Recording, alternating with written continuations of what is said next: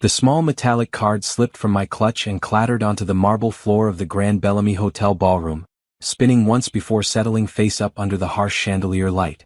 I watched, frozen, as Brandon's boss, Robert Sterling, bent down to retrieve it. The moment his eyes focused on the name embossed in gold lettering, his face went pale. His hand trembled as he held my VIP access badge, the one that granted me entry to any Montgomery Enterprise property worldwide, the one that identified me as Simone Montgomery, heir to $1 billion empire. The same empire his company had been desperately trying to secure investment from for the past 6 months. "Ma'am," Robert whispered, his voice cracking slightly as he handed the badge back to me with both hands, as if it were made of glass. "Does your husband know who you are?" I took the badge from him, my fingers steady even as my heart began to race. The question hung in the air between us, heavy with implications I was only beginning to understand. Behind us, the company holiday party continued in full swing. Laughter echoed off the high ceilings. The string quartet played something classical and forgettable. Servers in crisp white shirts circulated with trays of champagne and hors d'oeuvres. Brandon stood across the room, deep in conversation with several colleagues, his tie loosened and his smile easy. He had no idea that in this single moment, his entire world was about to shift on its axis. "Thank you," I said quietly to Robert, tucking the badge back into my red clutch, my emerald dress catching the light as I moved. I had chosen this dress carefully as I chose everything in my life. The color reminded me of power, of growth, of the forests on my family's estate upstate. "That's an interesting question, Robert. May I call you Robert?" "Of course, Mrs. Barnes. I mean Miss Montgomery. I mean..." He stopped, confused, his corporate polish cracking under the weight of his realization. "Simone is fine," I said, my voice calm despite the storm beginning to brew inside me. "And to answer your question, my husband knows me as Simone Barnes. That's the name I've used for the past 5 years. The name I took when I married him." Robert's confusion deepened. "But the Montgomery family, you're?" "I'm the eldest daughter, yes. I manage the Eastern investment portfolio. I sit on the board. I control 42% of company voting shares."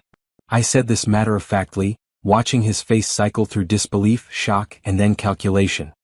"I prefer to keep my professional life and personal life separate. Brandon knows I work in finance consulting. He doesn't know the scope of my family's wealth or my role in it."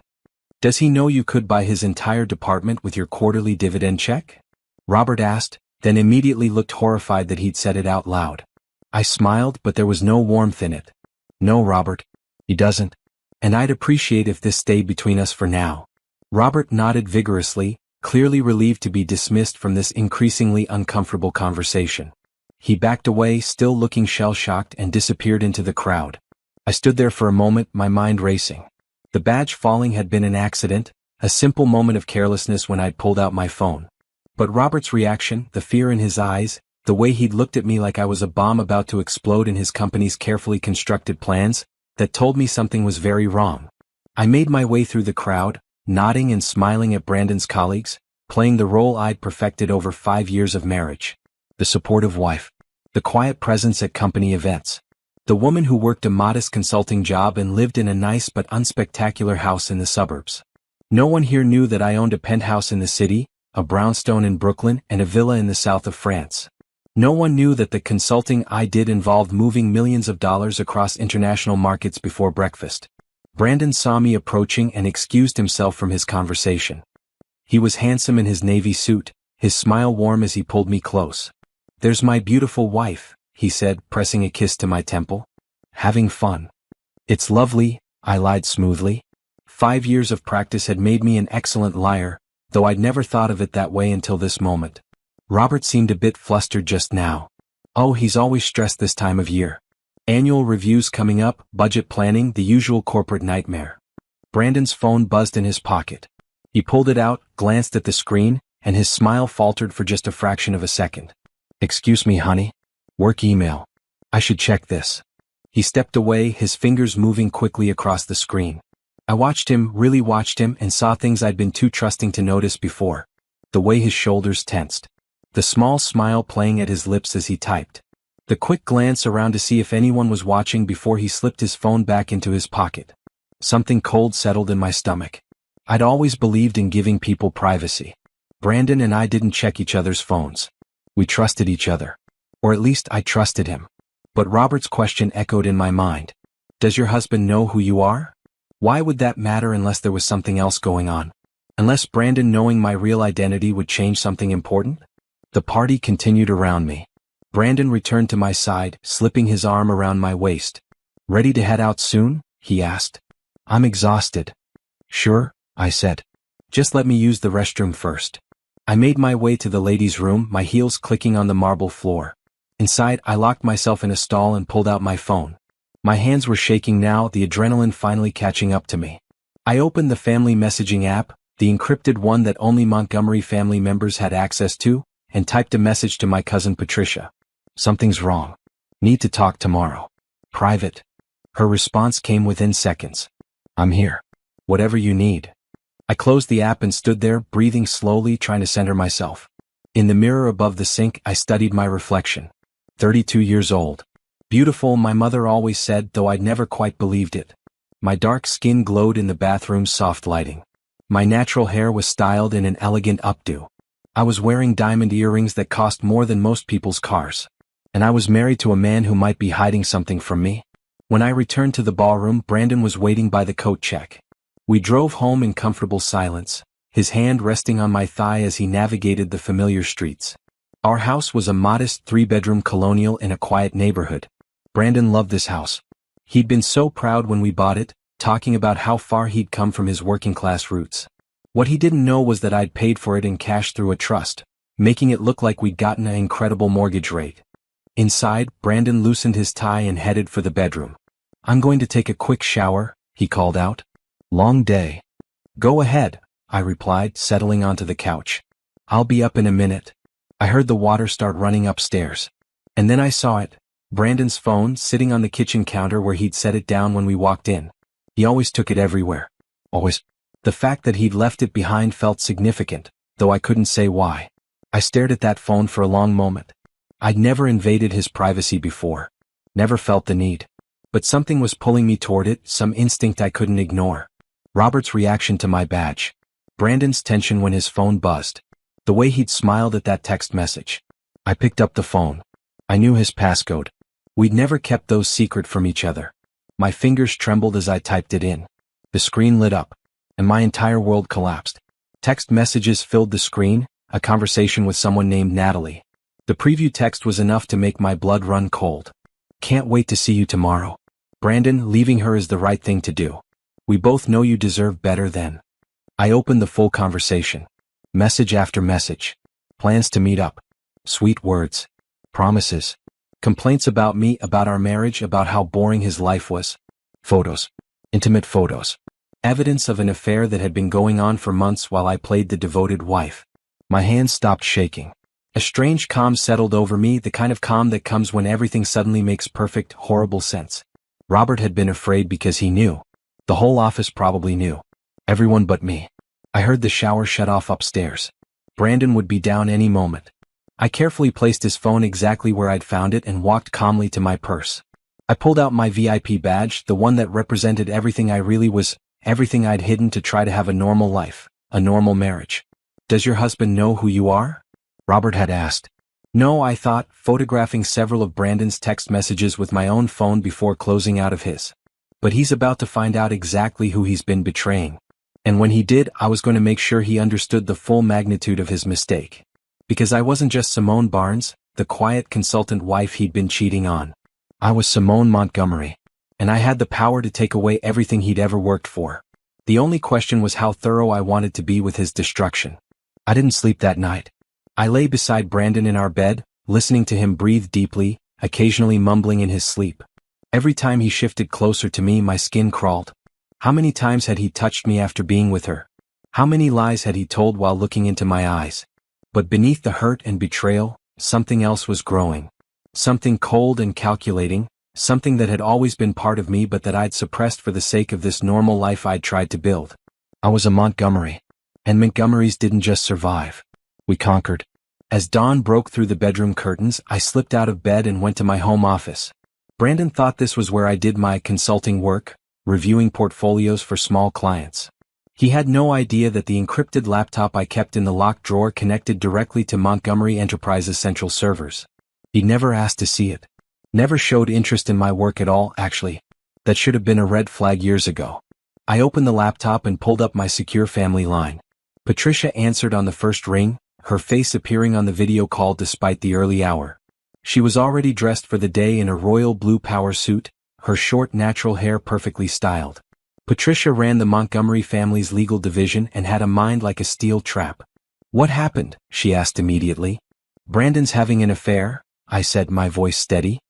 "Has been for at least 8 months based on the texts I saw." Patricia's expression hardened. "That absolute fool. Does he have any idea who you are?" "No. And that's going to be his downfall." I pulled up the photos I'd taken of Brandon's text messages and sent them to Patricia's secure server. "I need you to prepare divorce papers. Ironclad. And I need Jerome on standby." Jerome Mitchell was the Montgomery family's personal attorney, a man who'd never lost a case and who had enough connections to move mountains when necessary. "Consider it done," Patricia said. "But Simone, are you sure? We can make this quiet. A simple divorce, a generous settlement to keep him silent about the family, and you move on." "No," I said firmly. "He doesn't get to betray me and walk away comfortable. He doesn't get to ride off into the sunset with his mistress while I hide in the shadows again. I'm done hiding." Patricia studied me for a moment, then nodded. "Okay. Tell me everything." I spent the next hour walking her through the details. The company party. The fallen badge. Robert's reaction. The text messages. Natalie's name. Everything I knew and everything I suspected. "Robert Sterling," Patricia mused. "He's the CEO of TechCore Solutions, right? The company that's been trying to get a meeting with our investment board for 6 months." "Exactly. And now he knows who I am. Which means he knows that continuing to employ the man who's cheating on a Montgomery heir is a spectacularly bad business decision." "You're going to destroy his career," Patricia said. It wasn't a question. "I'm going to destroy everything he values," I corrected. "His job. His reputation. His financial security. All of it. But legally. Cleanly. So thoroughly that he can never recover." Patricia smiled, and it was a smile I recognized. The Montgomery smile.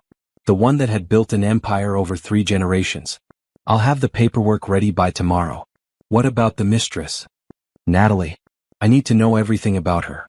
Where she works, her position, her history. Everything." "I'll have a full report by this afternoon," Patricia promised. "What are you going to tell Brandon in the meantime?" "Nothing. Let him think everything is normal. Let him keep texting his girlfriend, planning his future without me. The longer he's comfortable, the more evidence he'll create." After I ended the call with Patricia, I sat back in my chair and let myself feel the full weight of what I was doing. This wasn't just about revenge, though that was certainly part of it. This was about reclaiming myself. For 5 years I played small. I'd pretended to be someone I wasn't because I wanted to be loved for myself, not for my money. I'd wanted a partner who valued me as a person, not as a walking bank account. What I'd gotten instead was a man who cheated on me with a coworker while spending the money I gave him on another woman. The irony would have been funny if it weren't so painful. My phone buzzed with an incoming text. "Brandon, awake now and probably wondering where I was. Morning beautiful. Making coffee. Want some?" I stared at the message, at the casual affection in those words, and felt nothing but contempt. But I typed back a cheerful response. "Yes, please. Be there in a minute." I closed the laptop, locked it away, and went downstairs to play the role of loving wife one more time. Brandon was humming in the kitchen, already dressed for work in gray slacks and a light blue shirt. He handed me a mug of coffee, kissed my forehead, and smiled. "Sleep well." "Like a baby," I lied. "Good. Hey, I might be late tonight. End of quarter reports are due, and you know how Robert gets when we're behind schedule." "No problem. I have some client calls anyway." More lies stacking on top of each other. But mine served a purpose. His were just betrayal dressed up as consideration. After Brandon left for work, I spent the morning on legitimate business calls. Running the Eastern investment portfolio for Montgomery Enterprises wasn't a small job. We managed over $3 billion in assets across real estate, tech startups, pharmaceutical companies, and green energy projects. My decisions could make or break companies. Careers rose and fell based on whether I decided Montgomery money was worth the risk. It was real power. And I was very good at wielding it. Around noon, Patricia sent through the full report on Natalie Chin. Wait, Chin was one of the restricted names. Let me change that. Around noon, Patricia sent through the full report on Natalie Green. 28 years old. Marketing coordinator at TechCore Solutions. Bachelor's degree from a state school. Decent performance reviews but nothing exceptional. Single. Rented a small apartment across town. Active on social media, where she posted carefully curated photos of her life, including several recent ones at restaurants and hotels I recognized from Brandon's credit card statements. Credit card statements that I paid because everything was in my name. The fury rose again, hot and fierce. I pushed it down. Emotion was useful but only if controlled. Right now I needed clarity. I called Jerome Mitchell. Simone, he greeted me, his deep voice warm with familiarity. Jerome had been handling Montgomery family legal matters since before I was born. He taught me how to read contracts when I was 15. He'd celebrated at my wedding, though he'd insisted I sign a prenuptial agreement first. Patricia filled me in. I'm sorry this is happening. Don't be sorry. Just be thorough. I sent him the file on Natalie and the photos of Brandon's texts. I want to know every legal angle. What he's entitled to in the divorce, what protections we have, and what pressure points we can use. Already on it. The prenup is solid. He gets nothing from your family money or assets. The house is in a trust, so it's yours. The cars are leased through Montgomery Corporate Holdings. He has no claim on your investments or inheritance. Basically, he walks away with whatever he brought into the marriage, which according to my records was about $15,000 in savings and a 10-year-old sedan. And if he tries to fight it? Let him. We have documentation of his affair. We have financial records showing you've supported the household. We have everything we need to make this quick and clean. He can hire the best lawyer in the city and he'll still lose. I felt a grim satisfaction at that. Good. Prepare everything. I want to move fast once I decide to pull the trigger. Understood. And Simone? For what it's worth, you deserve better than this. After the call, I sat in my office surrounded by the trappings of the modest life I'd built. Simple furniture. Tasteful but inexpensive art. Nothing that would make Brandon suspicious. Nothing that would reveal the truth of who I was. I thought about the first time I met him, 5 years ago at a charity gala. I'd been there representing the family, writing checks and shaking hands. He'd been there as a plus one to a colleague, wide-eyed at the opulence. We'd talked by the bar about nothing important. He made me laugh. He'd seemed genuine, unpretentious, refreshingly normal after years of dealing with people who wanted something from me. I'd fallen for him because he didn't know who I was. Because he couldn't want my money or my connections. Because for once I could just be Simone, not Simone Montgomery of the Montgomery fortune. What a beautiful, naive fantasy that had been. My phone rang. A number I didn't recognize, but the area code told me it was local. Hello? Mrs. Barnes? This is Robert Sterling. From TechCore. I was wondering if we could speak privately. Perhaps lunch today? I smiled. The pieces were already starting to fall into place. Of course, Robert. I'd love to. Robert chose a quiet restaurant in the financial district, the kind of place where business people made deals over expensive steaks and wine. I arrived first, dressed in a green dress that cost more than most people's monthly rent, though Robert wouldn't know that. I'd learned to dress wealth down, to hide designer labels and custom tailoring behind classic styles that could pass for off the rack. Robert arrived looking nervous, his tie slightly askew. He slid into the booth across from me and ordered a scotch before even looking at the menu. Not a good sign for him. Thank you for meeting me, he started. I've been up all night trying to figure out how to approach this. Let me save you some anxiety, Robert. You want to know if Montgomery Enterprises will still consider investing in TechCore despite the complication of my personal connection to one of your employees. He blinked. You're very direct. I find it saves time. I sipped my water, watching him carefully. Here's what I know. Your company has been trying to secure Montgomery investment for 6 months. You need the capital to expand your AI division. Without it, your competitors will leave you behind. You've mortgaged the company's future on this deal going through. That's accurate, Robert admitted. And now you've discovered that the wife of one of your mid-level managers is actually the person who controls whether that investment happens. Also accurate. So you're here to do damage control. You want to know what I want. Whether I'm vindictive enough to tank your company over a personal matter. I leaned back. Am I close? Robert finished his scotch in one swallow. I'm here to tell you that if you want Brandon fired, he's fired. Today. Right now. Whatever you need. I appreciate the offer, Robert. But no. Not yet. I watched confusion cross his face. I don't want Brandon fired today. I want to handle this my way on my timeline. What I need from you is information. Information. How long has the affair been going on? Who knows about it? Does Natalie Green have any idea who I really am? Robert seemed relieved to have concrete questions to answer. I don't know exactly when it started. I first heard rumors maybe 6 months ago. People talk, you know. Someone saw them having lunch together too often. Then dinner. The marketing department has an office near Brandon's floor. They'd meet in the parking garage during lunch breaks. My stomach turned, but I kept my face neutral. Who knows? A lot of people suspect. Probably a dozen employees have mentioned it to me or to HR over the past few months. We were preparing to have a conversation with Brandon about workplace relationships when last night happened. And Natalie? She has no idea who you are. Brandon's always talked about his wife as a consultant, someone who works from home. Low-key. He's made you sound very average. No offense. None taken. That was the point. I considered this. A dozen people knew. HR knew. Robert knew. All watching Brandon make a fool of himself and of me. The humiliation of that burned. Here's what's going to happen, Robert. I'm going to file for divorce in the next few days. When I do, Brandon is going to become a liability to your company. Not because of the affair itself, but because he'll be unstable, distracted, and potentially vindictive. I understand. At that point, you'll conduct a thorough review of his performance. I suspect you'll find grounds for termination that have nothing to do with me or with his personal life.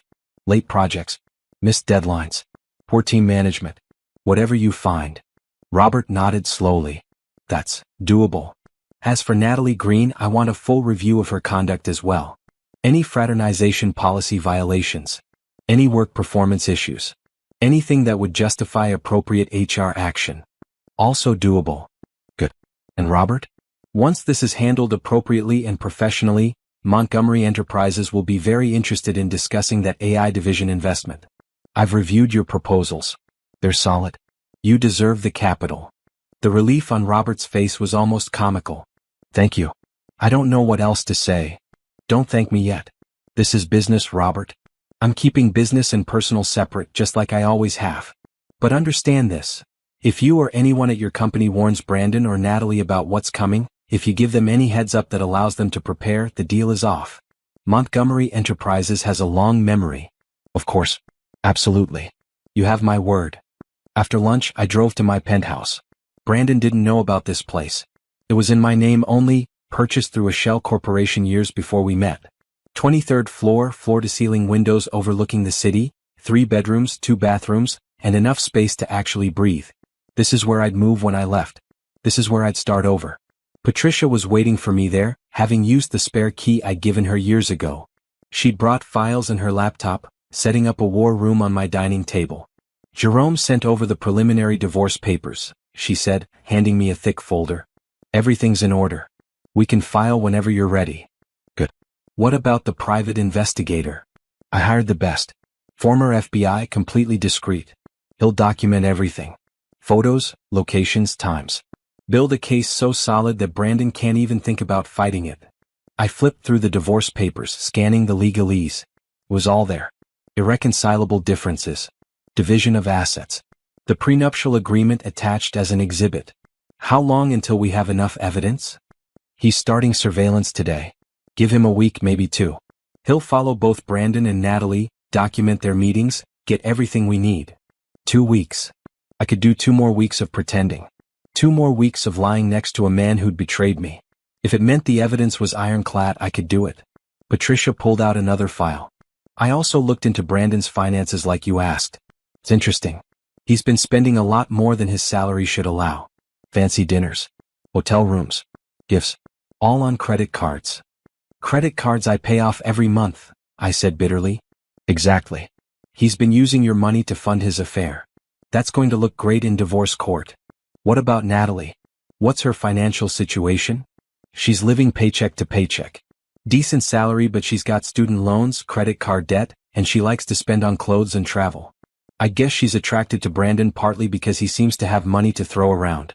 She has no idea he's broke. The picture was becoming clearer. Brandon had been playing the successful husband at home while playing the generous boyfriend at work. All with my money. All while planning to leave me for someone who thought he was a catch. They deserve each other, Patricia muttered, echoing my thoughts. Over the next week, I fell into a strange routine. During the day, I was Simone Montgomery, moving millions of dollars, making business decisions, planning my future.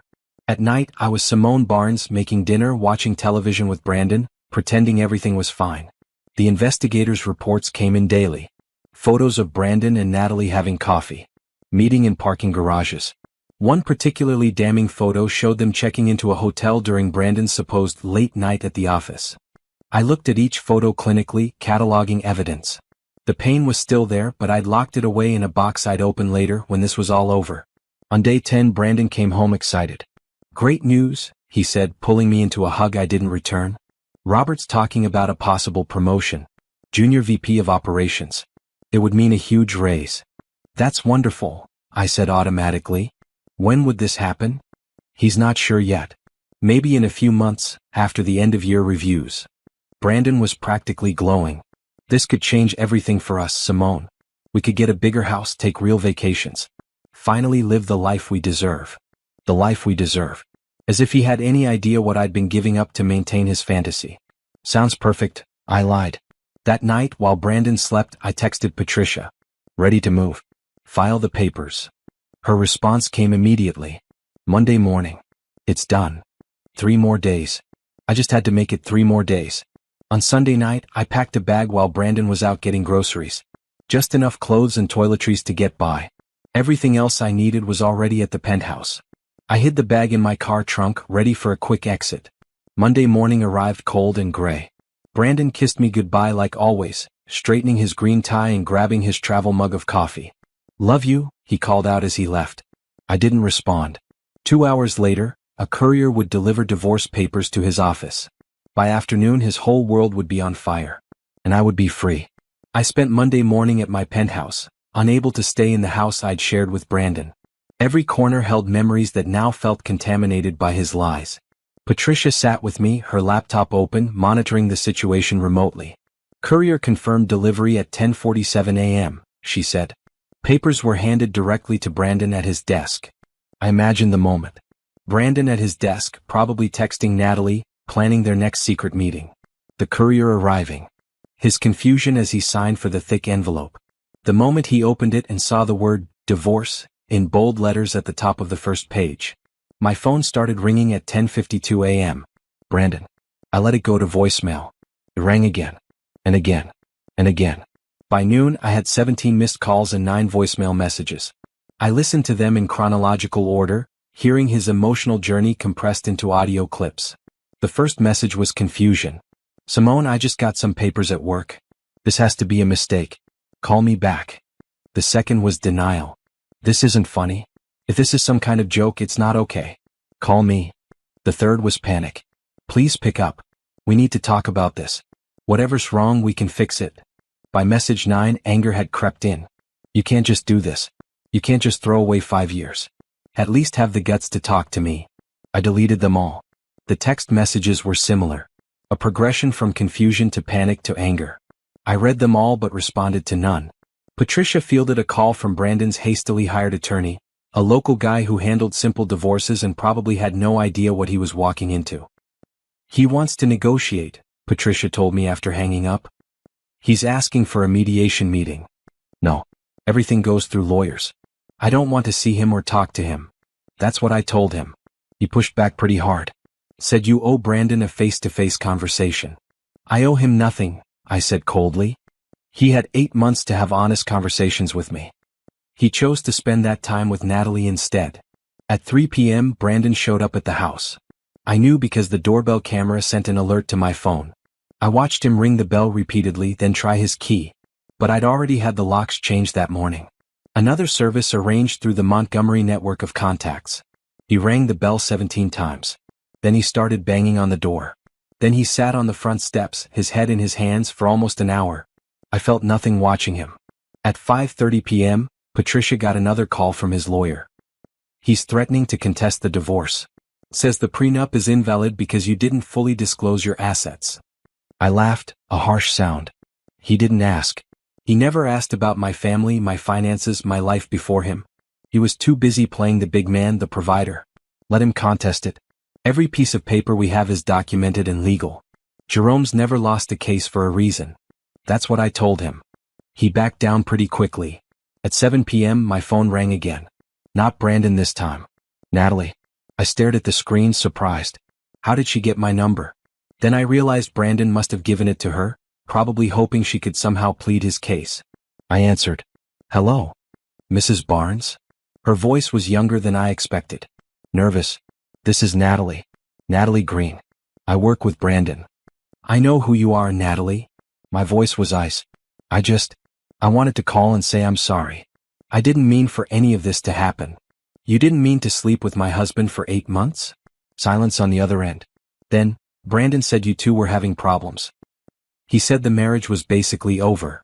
And you believed him. It wasn't a question. He was so unhappy. He said you didn't understand him. That you didn't appreciate him. Natalie, let me tell you something about Brandon.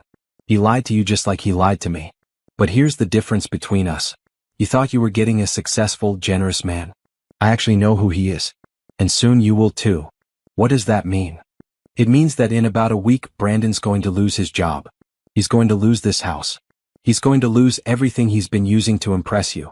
And then you'll see what I've been dealing with. A man who's all performance, no substance. You can't do that. You can't ruin his career because you're angry. Oh, Natalie. I'm not ruining anything. Brandon did that himself. I'm just making sure everyone sees the truth. I paused. Tell me something. Did he ever mention that he was spending my money on you? That every fancy dinner, every hotel room, every gift was paid for by his wife? Another silence. Longer this time. I didn't think so. You might want to ask him about that. Good luck. I hung up. At 8:30 p.m. Brandon was back at the house. This time he didn't ring the bell. He sat in his car in the driveway and I watched through the camera as he broke down crying. His shoulders shook.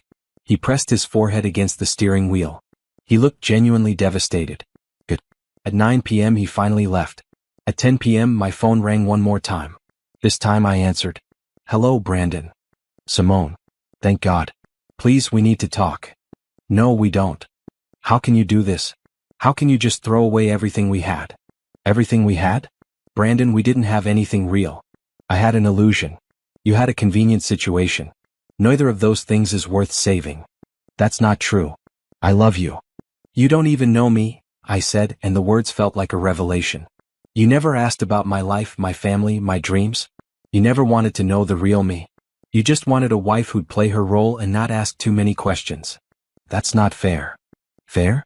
You want to talk about fair? How about sleeping with your coworker for 8 months while I paid your credit card bills?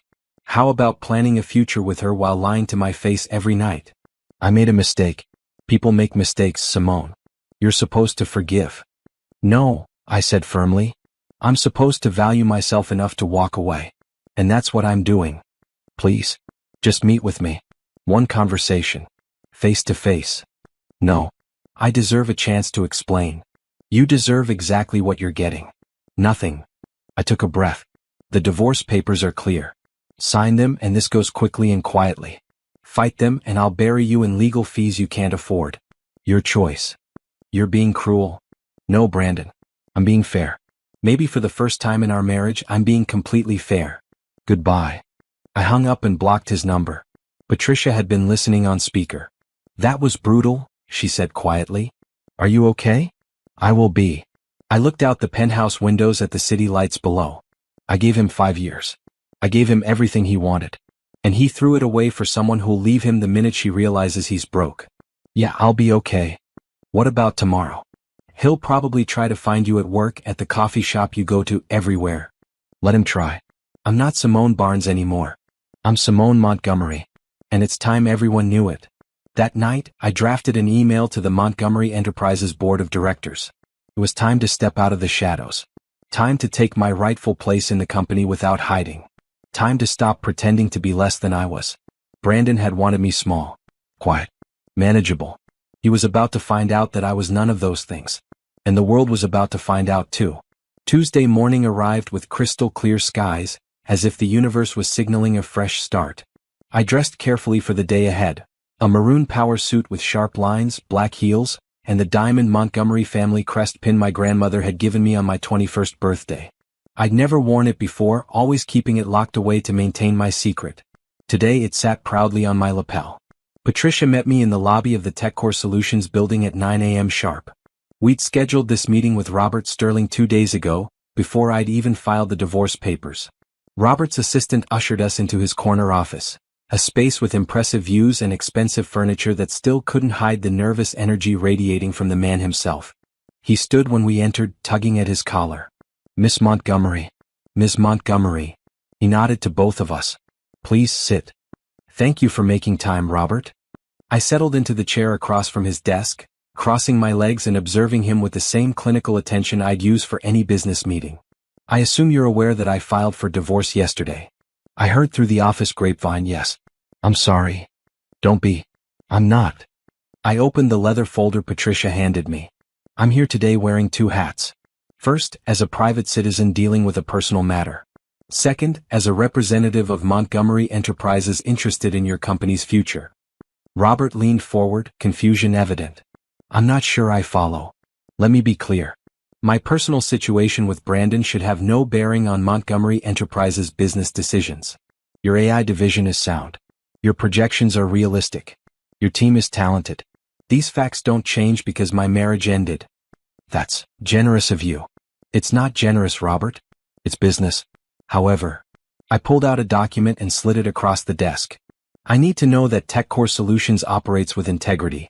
Part of integrity is ensuring that employees who violate company policy face appropriate consequences." Robert picked up the document. It was a summary of workplace fraternization policy violations, compiled by Patricia's team over the past week. Every lunch meeting between Brandon and Natalie. Every time they disappeared together during work hours. Every policy they'd broken. "HR has been documenting this?" Robert asked. "They should have been. Whether they did or not, we have." Patricia tapped another folder. Time-stamped photos. Security footage from the parking garage. Hotel receipts. Everything you need to make an informed decision about whether these employees represent the values you want in your company. Robert's jaw tightened. "You want me to fire them?" "I want you to do what's right for your company," I corrected. If Brandon and Natalie were any other employees carrying on an inappropriate workplace relationship, creating a hostile work environment and violating multiple policies, what would you do? "I'd terminate them both." "Then that's your answer." I stood, smoothing my skirt. "Montgomery Enterprises will be sending over investment documents next week. $30 million staged over 3 years for your AI division. I expect that by the time those documents arrive, you'll have handled your internal personnel issues appropriately." "Understood." Robert stood as well, extending his hand. "And for what it's worth, I'm sorry about how this all happened. You deserve better." "I know," I said simply, shaking his hand. "That's why I'm taking it." Patricia and I left the building and climbed into the back of the town car waiting at the curb. My driver, Thomas, had been with the Montgomery family for 20 years. He knew better than to ask questions. "That went well," Patricia said once we were moving. "Very professional." "It needed to be. I'm not doing this out of spite. I'm doing this because actions have consequences." I checked my phone. 3 more voicemails from Brandon. I deleted them without listening. What's next? "Jerome wants to meet at 2 p.m. He has some news about Brandon's finances." "Interesting. What kind of news?" He wouldn't say over the phone. But he sounded pleased. We spent the early afternoon at Montgomery Enterprises headquarters, a gleaming tower in the financial district. I hadn't been there in person for months, preferring to work remotely while maintaining my charade. Walking through those doors again felt like coming home. My mother was waiting in my office. Catherine Montgomery, CEO and force of nature. At 65, she was still commanding, her silver hair styled perfectly, her navy dress impeccable. "Simone." She stood and embraced me. "Patricia told me everything." "I'm so sorry, sweetheart." "I'm okay, Mom." "Really? You don't have to be okay. You can be angry. You can be hurt. I'm both of those things. But I'm also handling it." I sat down at the desk I'd barely used, running my hand over the smooth wood surface. "I'm done hiding. I'm coming back full-time. No more working from home. No more pretending to be someone I'm not." Catherine studied me, her expression softening. "You gave up a lot to try to have a normal life with him." "I did. And look how that turned out." "So what now?" "Now I rebuild. I focus on the company. I focus on myself. And I make sure that everyone knows exactly who Simone Montgomery is." At 2 p.m., Jerome arrived with his briefcase and his characteristic efficiency. "I have interesting news," he said, settling into the chair across from my desk. "Brandon's finances are worse than we thought." "Explain." "He's not just broke. He's significantly in debt. Credit cards, personal loans, even a few payday loans. We're looking at about $75,000 in consumer debt." I felt my eyebrows rise. Oh, his salary should have covered his basic expenses. I paid for everything else. He's been living well beyond his means, trying to maintain the image of success. Jerome pulled out a spreadsheet. Fancy clothes. Expensive watch. That car he drives? Leased at a rate he can't actually afford. He's been robbing Peter to pay Paul for at least 2 years. Does Natalie know? Doubtful. He's been very good at hiding it. But here's the really interesting part. Jerome's eyes gleamed. He took out a personal loan 3 months ago. $40,000. Guess what he put as collateral? What? The house. Your house. Fury, hot and sudden, flooded through me. He forged my signature. Looks that way. I've already filed a fraud report with the bank. They're investigating. If it turns out he did forge your signature, that's a felony. Patricia whistled low. He's going to prison? Maybe. Depends on whether the prosecutor wants to pursue it. But at minimum, the loan is void and Brandon's credit is destroyed. Jerome handed me another document. Which brings me to my next point. The divorce settlement. He gets nothing per the prenup. Correct. But he's going to try to argue that he's entitled to spousal support. After all, you've been the primary breadwinner for 5 years. Let him try. That's what I figured you'd say. So I prepared a counteroffer. In exchange for him signing the divorce papers immediately with no contest, we'll agree not to pursue fraud charges for the forged loan documents. He walks away clean, legally speaking. And if he doesn't take the offer? Then we throw the book at him. Fraud charges. Public exposure of his affair and financial irresponsibility. We make his life very difficult. I considered this. Part of me wanted to pursue every possible charge, to make him suffer as much as the law allowed. But another part, the pragmatic business side, knew that the fastest way to be free was to give him an out. Give him 24 hours to decide, I said finally. If he signs, it's over. If he doesn't, we go to war. Understood. Jerome packed up his materials. One more thing. I had an interesting call from Natalie Green's attorney today. She lawyered up already? Apparently. She's worried about her job security, given the situation. Her lawyer wanted to know if you had any intention of pursuing legal action against her. For what? Sleeping with my husband is immoral, not illegal. That's what I told him. But he's nervous.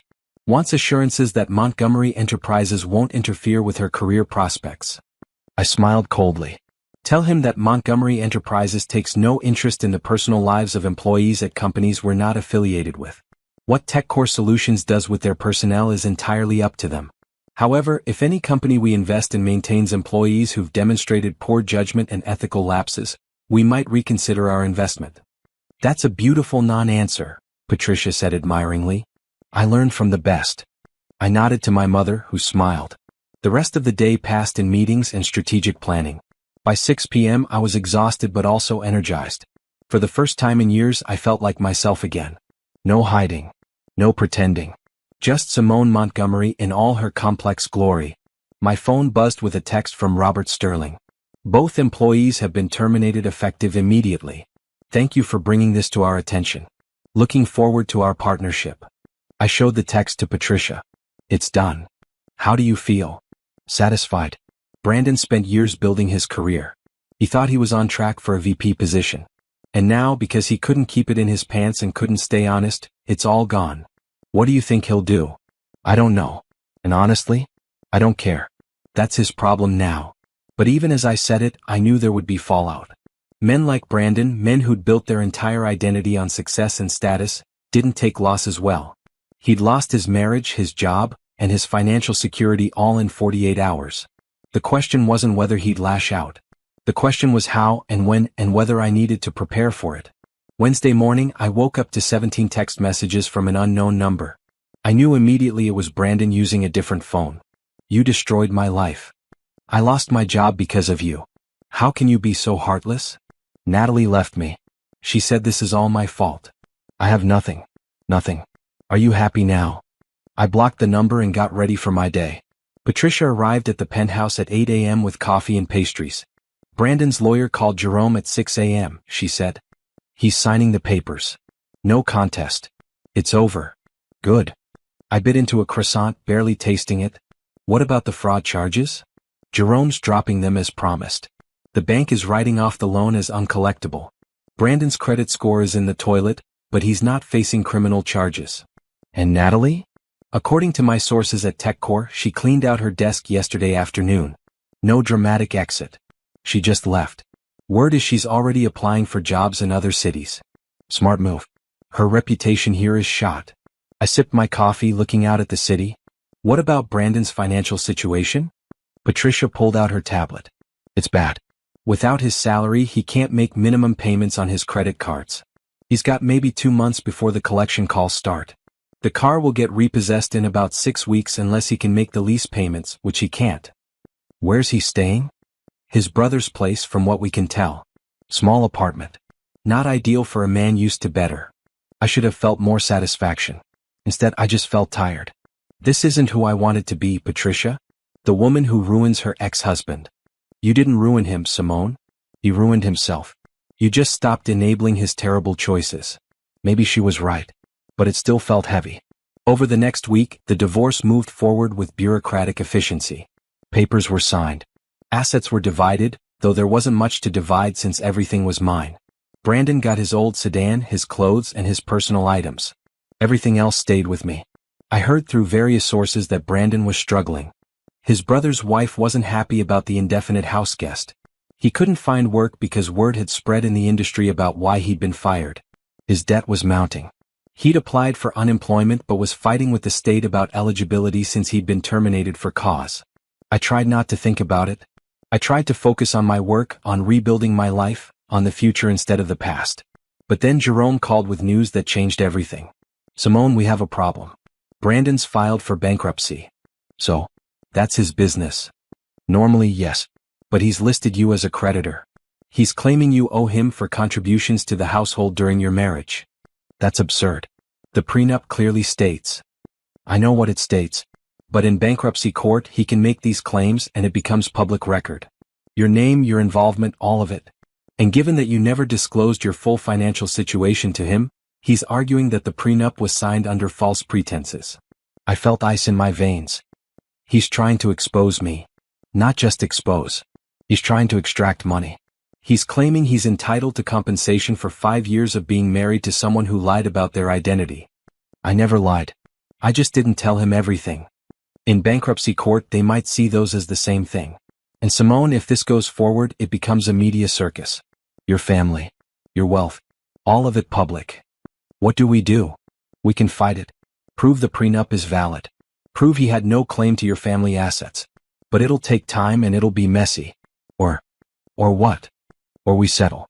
Give him enough money to drop the bankruptcy filing and sign a comprehensive NDA. He gets to rebuild his life. You get your privacy. Everything in me rebelled against this. He doesn't deserve a settlement. No, he doesn't. But sometimes we don't get what we deserve. Sometimes we get what we're willing to pay for. I thought about it for a long time. About Brandon, desperate and cornered. About the media attention if this went public. About the questions, the speculation, the invasion of privacy I'd spent 5 years trying to avoid. How much? I'm thinking $250,000. Enough to pay off his debts, give him a fresh start, and make it worth his while to stay quiet. $250,000. It was nothing to me financially. A rounding error in my quarterly dividends. But it felt like letting him win. I need to think about it. That night I talked to my mother. Catherine listened quietly as I explained the situation, then poured us both glasses of wine. What do you want to do, Simone? I want to fight. I want to prove he has no claim. I want to win. But winning might cost me more than losing. My privacy. My peace. The ability to move forward. Catherine nodded. Your great-grandfather once told me something I never forgot. He said that the smartest business people know when to fight and when to buy their way out of a problem. Fighting is expensive in money and in energy. Sometimes it's cheaper to just pay the toll and move on. So I should give him the money. I think you should do what allows you to sleep at night. If you need to fight this, fight it. If you need to end it and move on, end it. Either way, you have the family's full support. 2 days later, I called Jerome. Offer him $300,000. But I want more than an NDA. I want a statement that he lied in the bankruptcy filing. I want an apology in writing. And I want a clause that if he ever speaks publicly about me or my family, he owes us triple what we paid him. Done. I'll have it drafted by tomorrow. The negotiations took another week.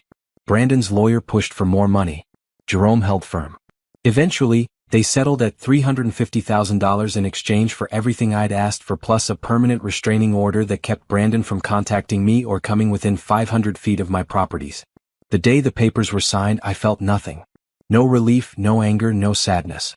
Just a blank space where my marriage used to be. Patricia took me to dinner that night at a restaurant with too many forks and too much pretension. "It's over," she said, raising her glass. "You're free." Why doesn't it feel like freedom? Because you're grieving. Not for him, but for what you thought you had. For the dream of a normal life. Was that so wrong? To want something real? No, honey. It wasn't wrong. But maybe you were looking for real in the wrong place. Real isn't about hiding who you are. Real is about finding someone who loves all of you, including the parts you thought you had to hide. I drank my wine and thought about that. For 5 years, I'd hidden my wealth, my power, my real identity, thinking that was the only way to find genuine love. And I'd ended up with a man who'd loved neither the fake version nor the real one. He just loved what I could do for him. "I'm done hiding," I said finally. "No more pretending. No more playing small. From now on, anyone who wants to be in my life has to accept all of me." "Good," Patricia said. "Because the real you is spectacular."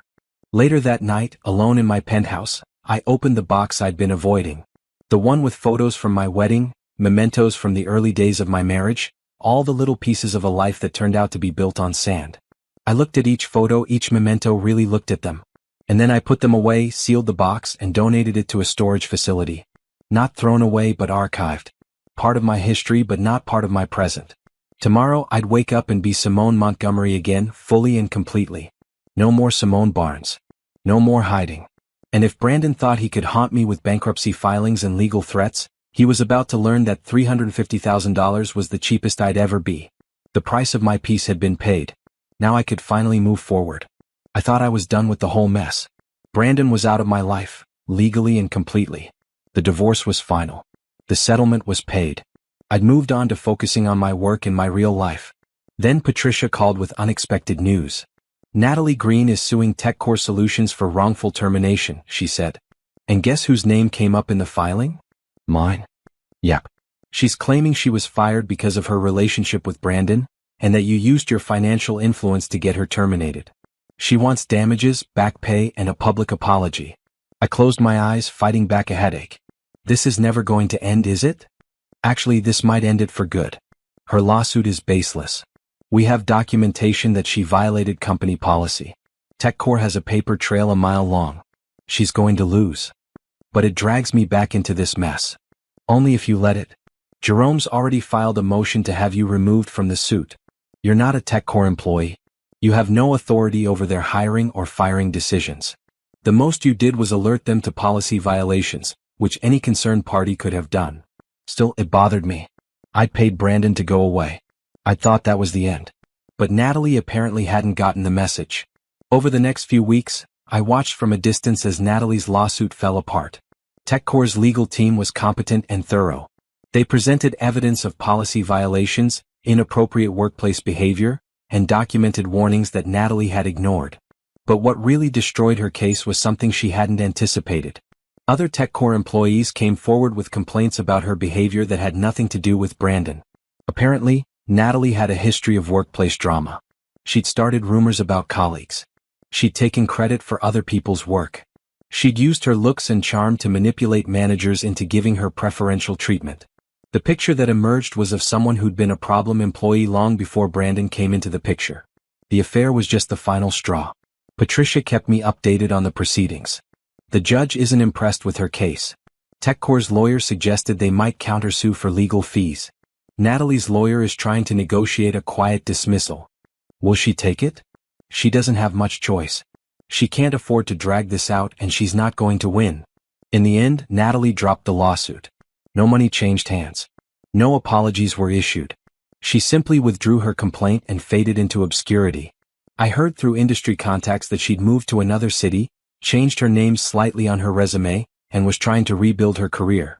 Good luck to her, I thought. She'd learn eventually that actions have consequences. But the real turning point came about 6 weeks later, when I received an email from someone I didn't know. The subject line read, "Thank you." I almost deleted it as spam, but something made me open it. "Dear Ms. Montgomery, you don't know me, but I worked at TechCore Solutions until last year. I left because of a hostile work environment created by Natalie Green and Brandon Barnes. Natalie was my supervisor, and she made my life miserable because I wouldn't help her cover up her relationship with Brandon. When I heard that they'd both been fired, and that their behavior had finally been addressed, I felt like someone had lifted a weight off my chest. I've been in therapy for months dealing with the anxiety and depression that job caused me. I don't know what role you played in their termination, but I wanted to thank you. People like them get away with their behavior because no one with power ever holds them accountable. You did. And because of that, TechCore is apparently a better place to work now. Thank you for being willing to stand up even when it cost you personally. Sincerely, a former colleague." I read the email 3 times. Then I forwarded it to Patricia without comment. She called me immediately. "Did you see this?" I did. There were other victims. People we didn't even know about. Apparently. I stared out my office window at the city below. I thought I was just protecting myself. Getting revenge. Making sure they paid for what they did to me. And in doing that, you protected other people too. You stopped a pattern of behavior that was hurting multiple people. I don't feel heroic. Maybe not. But you did something good, even if that wasn't your intention. After that call, I thought a lot about consequences and responsibility. I'd been so focused on my own hurt, my own betrayal, that I hadn't considered the bigger picture. Brandon and Natalie hadn't just betrayed me. They'd created a toxic workplace environment that had driven at least one person to therapy. Their behavior had consequences beyond our personal drama. And by holding them accountable, I'd inadvertently helped people I'd never met. It was a strange feeling being accidentally heroic. A few weeks later, I got another piece of news. Robert Sterling called to update me on the TechCore investment. "I wanted you to know that we've completely overhauled our HR policies," he said. "Better reporting systems. Clearer consequences. More training on workplace relationships and ethical behavior." That's good to hear. It's because of what happened with Brandon and Natalie. We realized we'd been too lax, too willing to overlook problems because we didn't want to deal with them. Your willingness to hold us accountable made us better. After the call, I sat in my office thinking about how strange life was. I'd married Brandon thinking I was getting a partner. Instead, I'd gotten a cheater. But in the process of ending that relationship, I'd somehow made the world a tiny bit better. The company was stronger. The workplace was healthier. And I was free. Patricia came by that afternoon with champagne. "I think this calls for a celebration." "What are we celebrating?" "The fact that you not only survived this mess, you turned it into something positive. That takes strength." We toasted to that, to survival and strength and moving forward. And for the first time since the company party where my badge fell out, I felt genuinely happy. Not happy that my marriage had ended. Not happy about the pain and betrayal. But happy that I was still standing, still strong, still myself. Natalie was gone, building a new life somewhere else. Brandon was presumably doing the same, though I'd blocked all sources of information about him. I didn't want to know. Didn't need to know. They were my past. And I was ready to focus on my future. 3 months after the divorce was finalized, I agreed to do an interview with Business Today magazine. They'd been requesting one for years, but I'd always declined, preferring to stay out of the public eye. But now, with my decision to stop hiding, it felt like the right time. The interview took place in my office at Montgomery Enterprises. The reporter, a sharp woman named Jennifer, arrived with a photographer and a list of questions.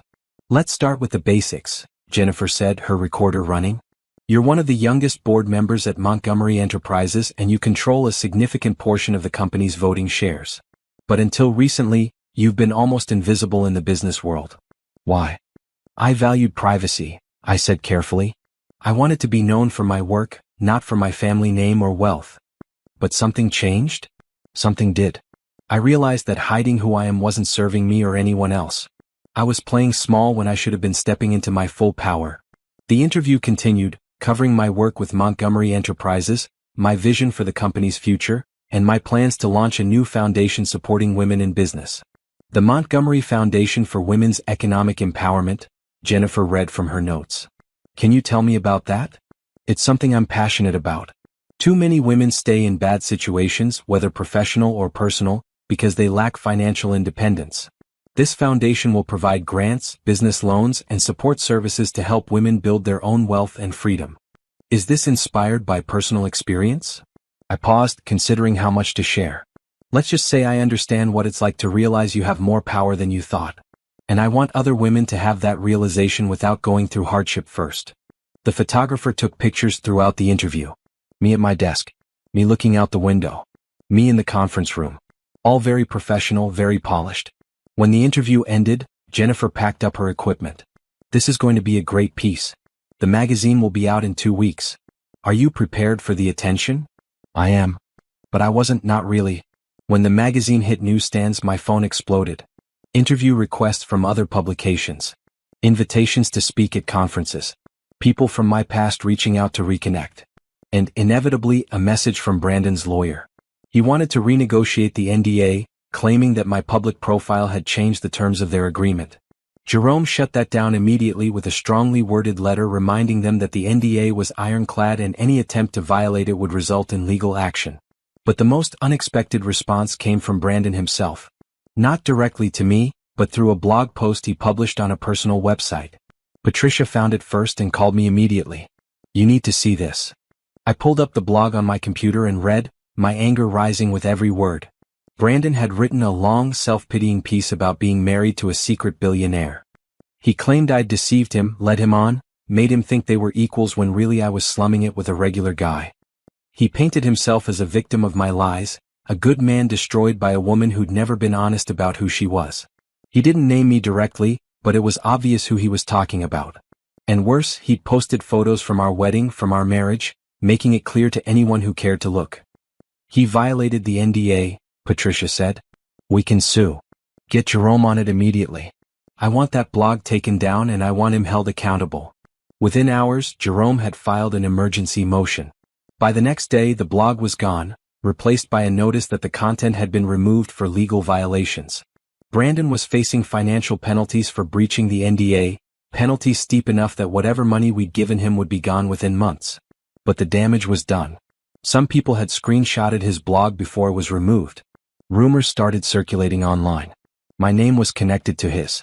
People started digging into my past, looking for the story behind the story. I hated it. Hated the invasion of privacy, the speculation, the gossip. But I also refused to hide. Instead, I gave another interview, this time to a respected business journalist who'd been covering my family's company for years. There's been some speculation about your personal life, he said delicately. Would you like to address it? Not in detail. But I will say this, I was married. That marriage ended. And I'm moving forward with my life. Anyone trying to profit off that story or invade my privacy will face legal consequences. Your ex-husband posted some claims online before the blog was removed. Any comment? My ex-husband signed a legally binding agreement. He violated that agreement. He's facing the consequences of that violation. Beyond that, I have nothing to say about him. Fair enough. Let's talk about the foundation instead. The second interview ran in a major financial newspaper. The tone was respectful, focused on my work rather than my personal drama. It set the narrative the way I wanted it set. Powerful woman moves forward after personal setback, builds something meaningful. The gossip didn't disappear completely, but it faded. Brandon tried to post again on social media, but each time Jerome's team had the content removed for NDA violations. Eventually Brandon stopped trying. The penalties were adding up, and his lawyer had apparently advised him that he was making things worse. Through it all, I kept working. I launched the foundation officially at a gala that raised $2 million in its first night. I appeared on panels about women in business. I gave talks at universities. I became the public face of Montgomery Enterprises in a way I never had been before. And slowly, carefully, I built a new identity. Not Simone Barnes, the quiet consultant wife. Not even just Simone Montgomery, the billionaire heir. But Simone Montgomery, the businesswoman, philanthropist, and advocate for women's economic empowerment. People started reaching out with their stories. Women who'd left bad relationships and rebuilt their lives. Women who'd started businesses with nothing. Women who'd found their power and their voice. Their stories inspired me. Reminded me why I was doing this. Why I'd stopped hiding. One night, about 6 months after the magazine interview, I was at a charity dinner when a woman approached me. She was about my age, elegantly dressed in a green gown, her confidence evident. "Miss Montgomery? I just wanted to thank you. Your foundation gave me a grant to start my business. I've been able to leave a bad situation and build something of my own. You literally changed my life." I felt tears prick my eyes. What kind of business? Financial consulting for women going through divorce. Helping them understand their assets, their rights, their options. I wish I'd had someone like that when I was going through my divorce. Now I can be that person for others.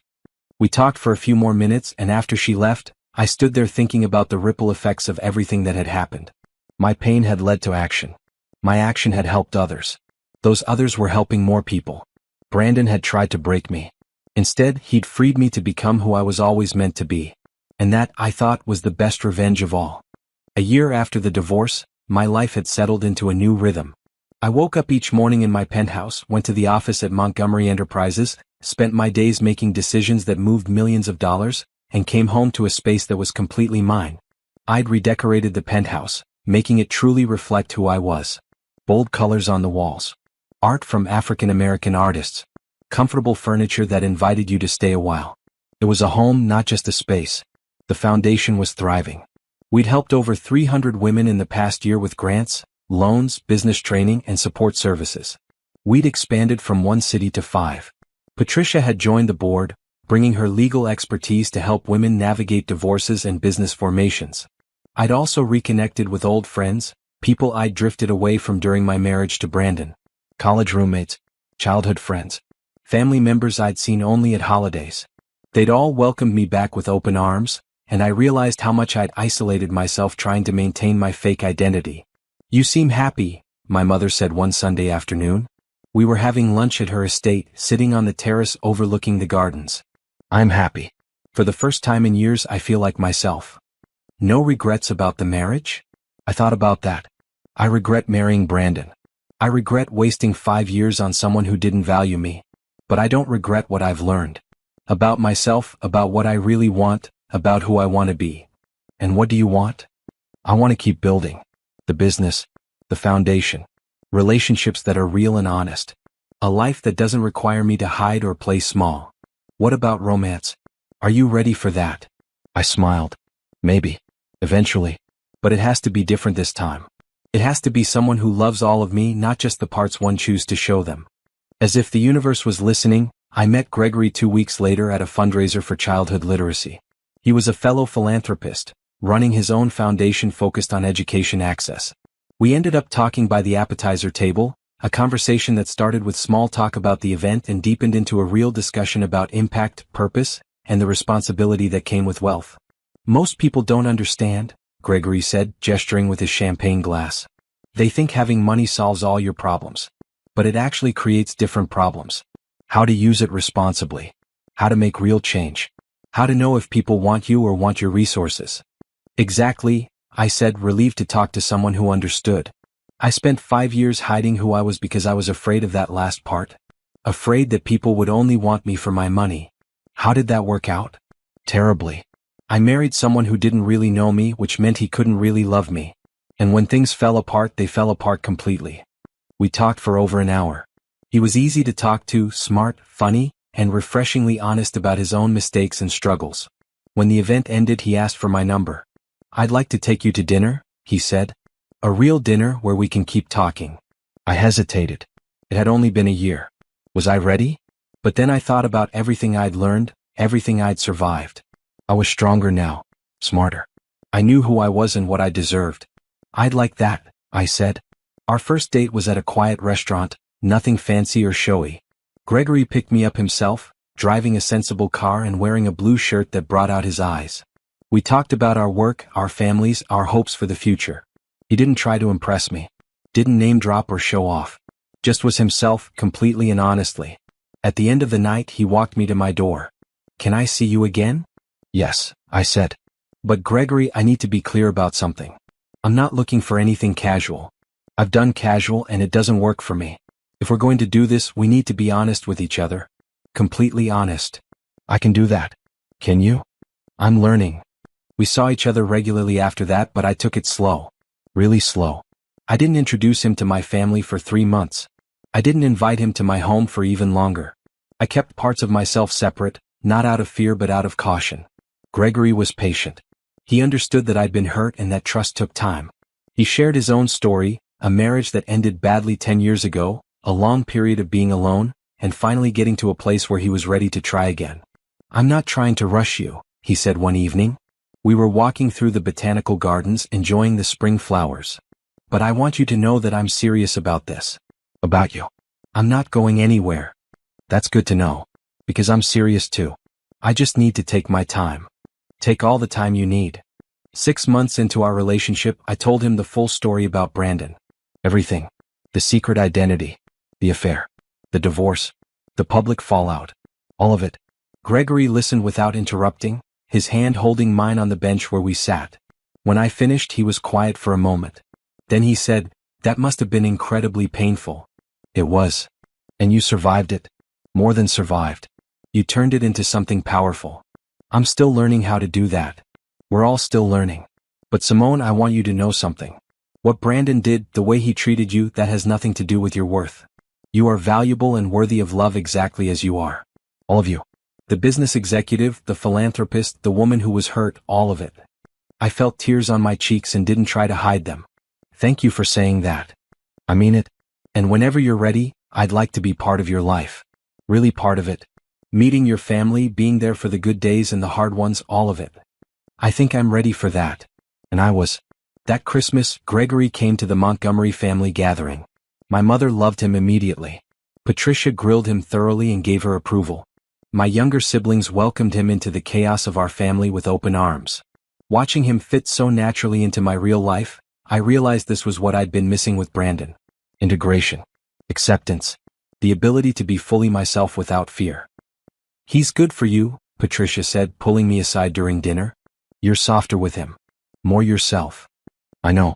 It's scary how easy it is." "Easy isn't bad. You've earned easy." As the year ended, I looked back at everything that had happened. The pain of betrayal. The strength it took to walk away. The work of rebuilding. The joy of rediscovering myself. I'd lost a marriage, but I'd gained so much more. My identity. My power. My peace. And maybe, just maybe, the possibility of real love with someone who saw me and valued me for exactly who I was. That was worth more than any revenge could ever be. 18 months after my divorce was finalized, I stood in a ballroom very much like the one where my badge had fallen and changed everything. But this time, I wasn't there as someone's plus one, hiding in the background. I was there as the guest of honor. The Montgomery Foundation was celebrating its first anniversary, and the gala was packed with donors, recipients, and supporters. The room glowed with soft lighting and elegant decorations. A string quartet played in the corner, the same kind of music that had been playing the night my world fell apart. But everything was different now. I wore a red gown, bold and unapologetic. My hair was styled naturally, no longer pressed or straightened to fit in. Gregory stood beside me in a charcoal suit, his hand resting lightly on my back, a steady presence. Patricia gave the opening speech, talking about the foundation's work and impact. In just 1 year, we've helped over 500 women start businesses, leave toxic situations and build financial independence. And we're just getting started. Then it was my turn to speak. I walked to the podium looking out at the crowd of faces. Some I knew. Many I didn't. But all were there because they believed in the work we were doing. "A little over a year ago," I began, "I was at a company party when something fell out of my purse. A badge.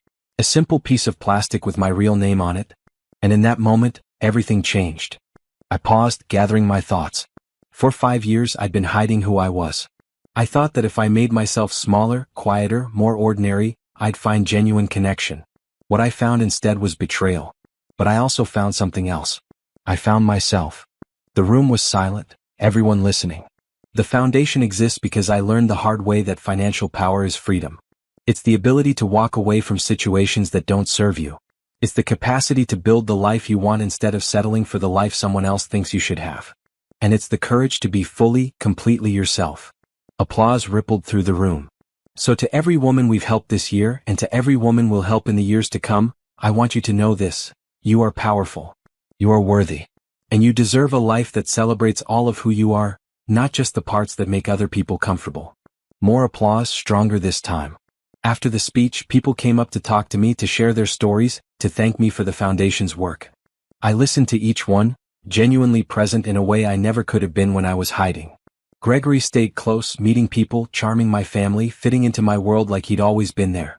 When there was a break in the crowd, he pulled me aside. "That was beautiful," he said. "I'm proud of you. Thank you for being here.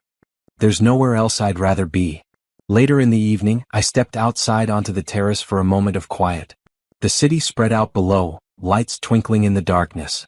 So much had changed since that night at Brandon's company party. So much growth and healing and transformation. I heard footsteps behind me and turned, expecting Gregory. Instead, I saw Brandon. He looked different. Older. Tired. His suit was off the rack, his shoes scuffed.